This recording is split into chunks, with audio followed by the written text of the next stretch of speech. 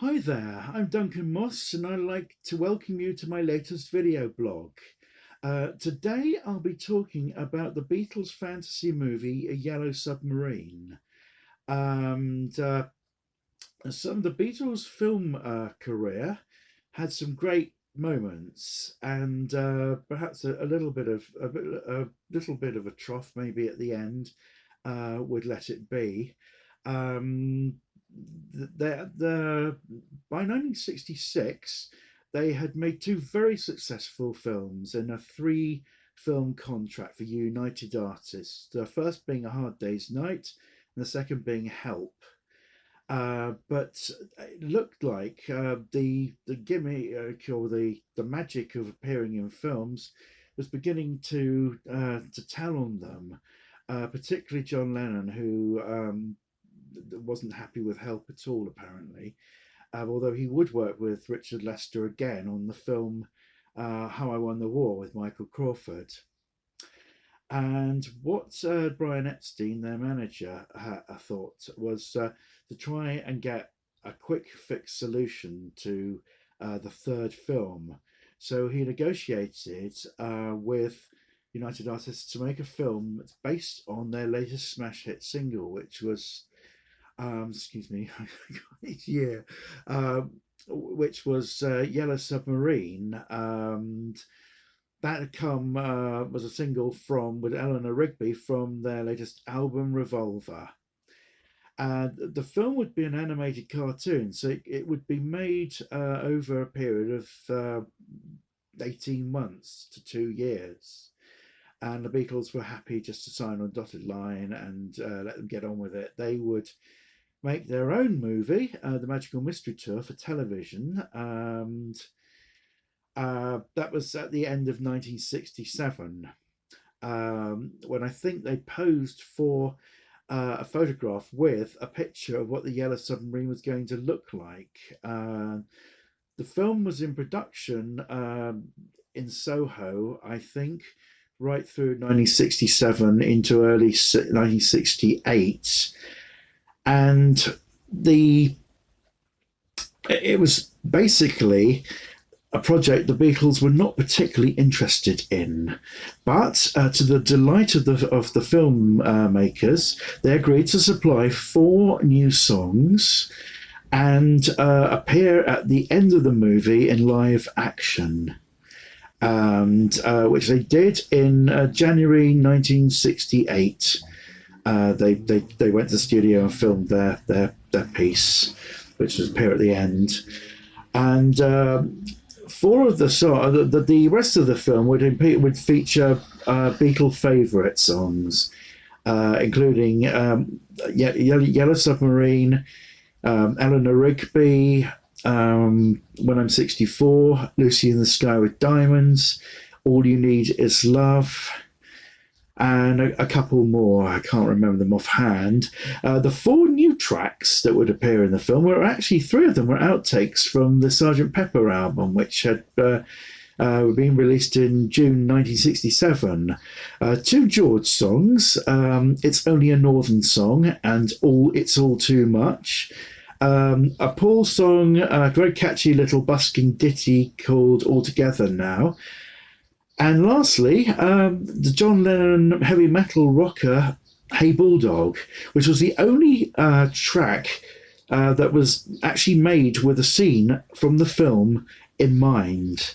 But somehow or other, with the wonderful animation and imagination of the animators, of the animators, it was a beautiful film to look at. It really was. And apparently, at the premiere of the film, John was reported to have said to the other three Beatles, I want to write the script for the next Beatle cartoon.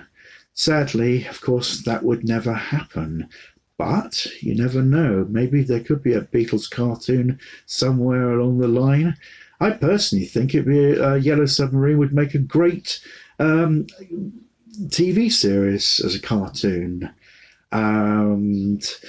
The it was a very strange. The records release for Yellow Submarine was a bit strange and a bit awkward. The film was released in July 1968. I didn't see it. I was 5 at the time. But this album came out, Yellow Submarine album. This is a CD, but it came out on vinyl, obviously, from the film The Yellow Submarine. And what this is, it doesn't have all the songs from the film. What it has is the Only a Northern Song, All Together Now, Hey Bulldog, and It's All Too Much, the new tracks that no one had heard before.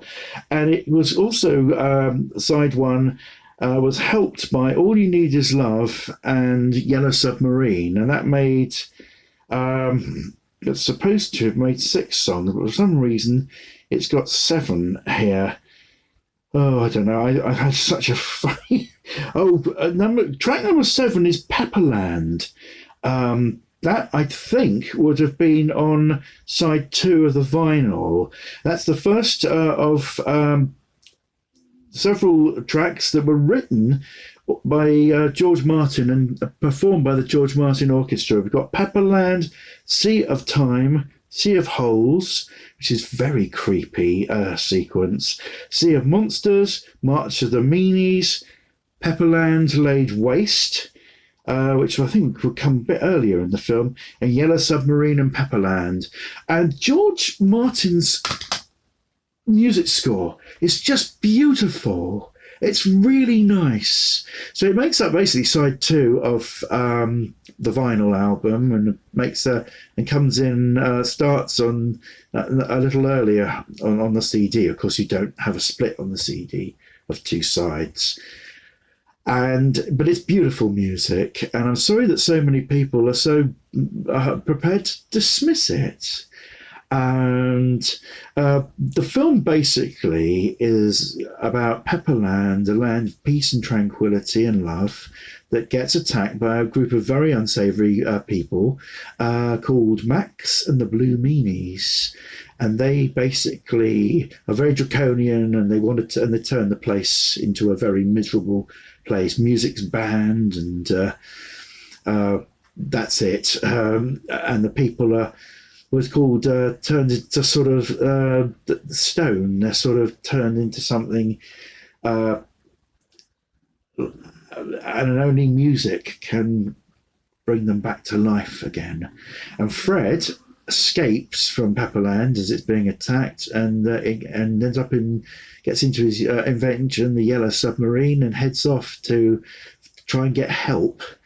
And he ends up in Liverpool and asks for the help from the Beatles, and off they go.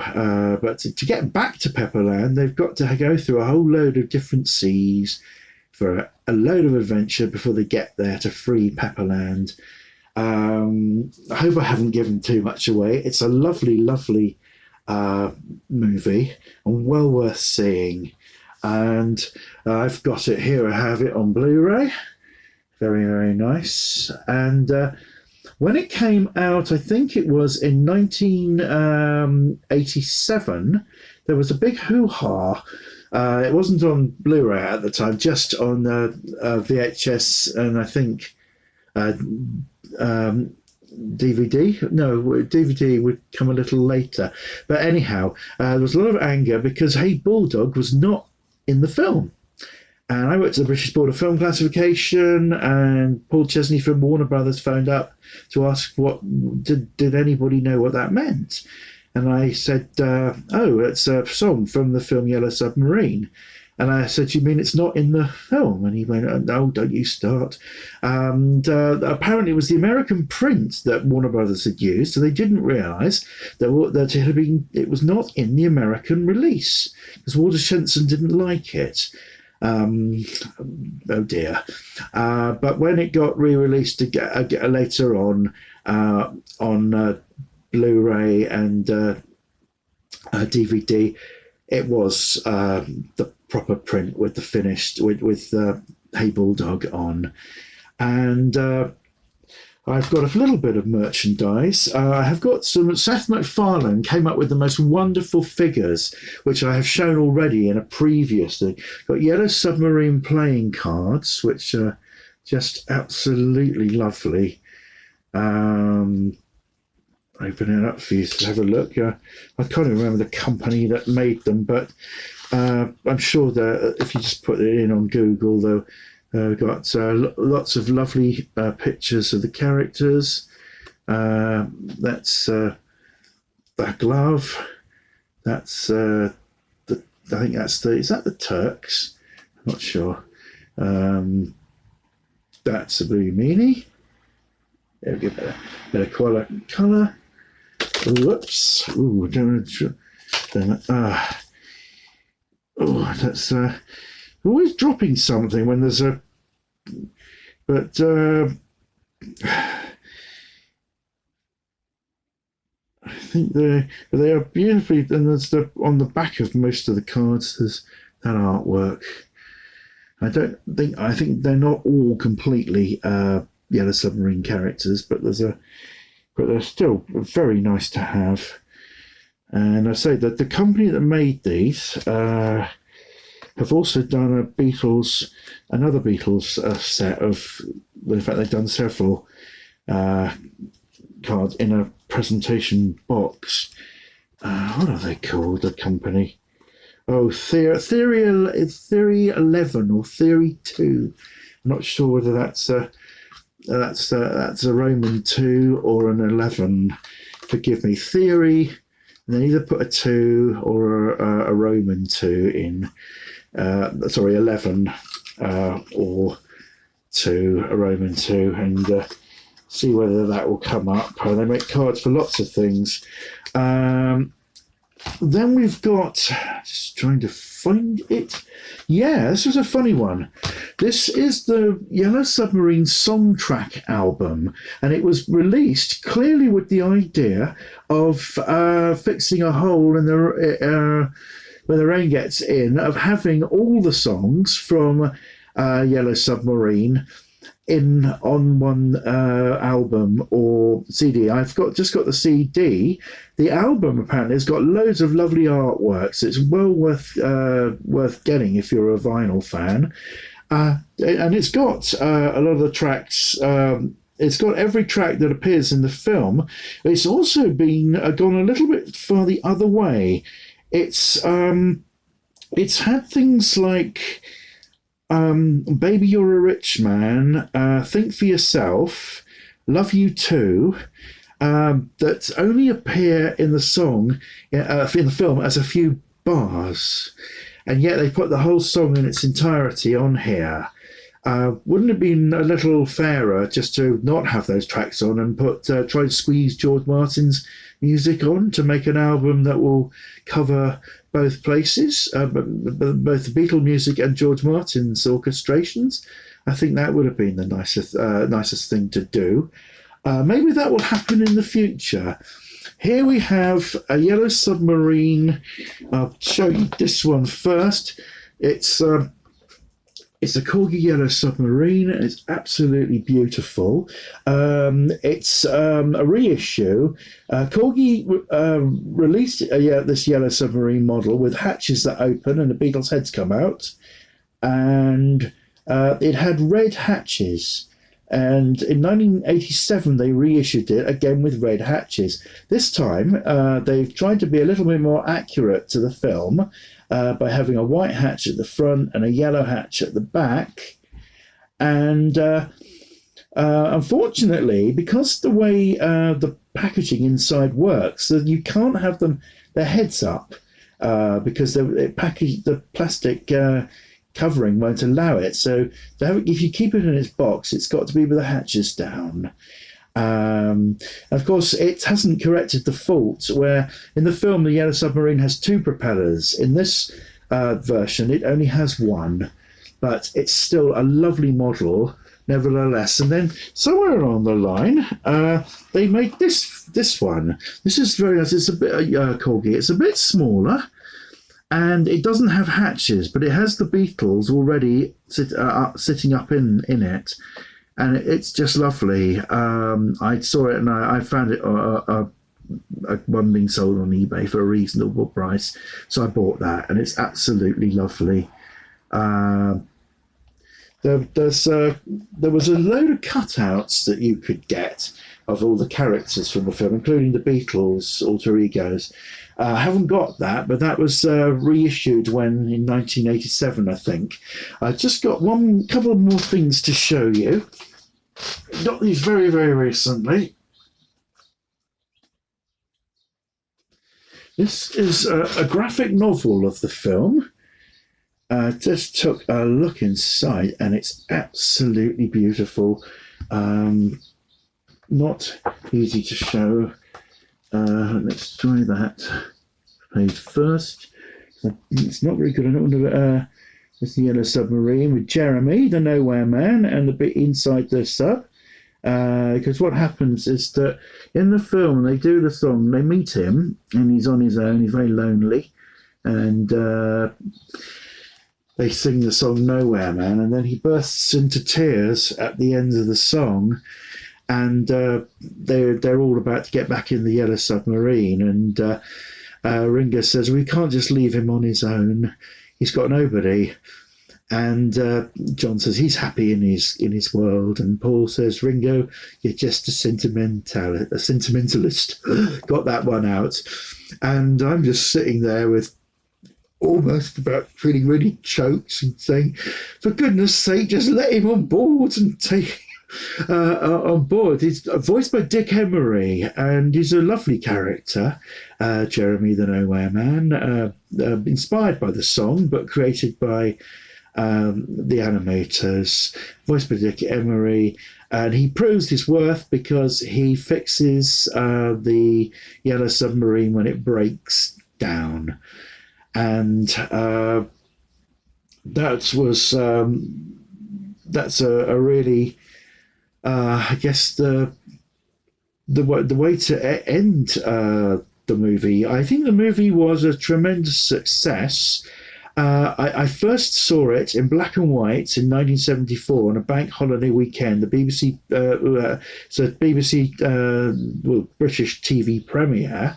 My brother and I watched it in my parents' room on a black and white portable, and we thought it was very, very good, and we thought the music was very good. I did have an original Yellow Submarine from 1969, but unfortunately that got broken. And there's just one other little book I wanted to show you. I just realised there's something. This is another book. It's not a graphic novel, but it's a book of lots and lots of scenes, artwork from the movie. I think this is just absolutely lovely as well.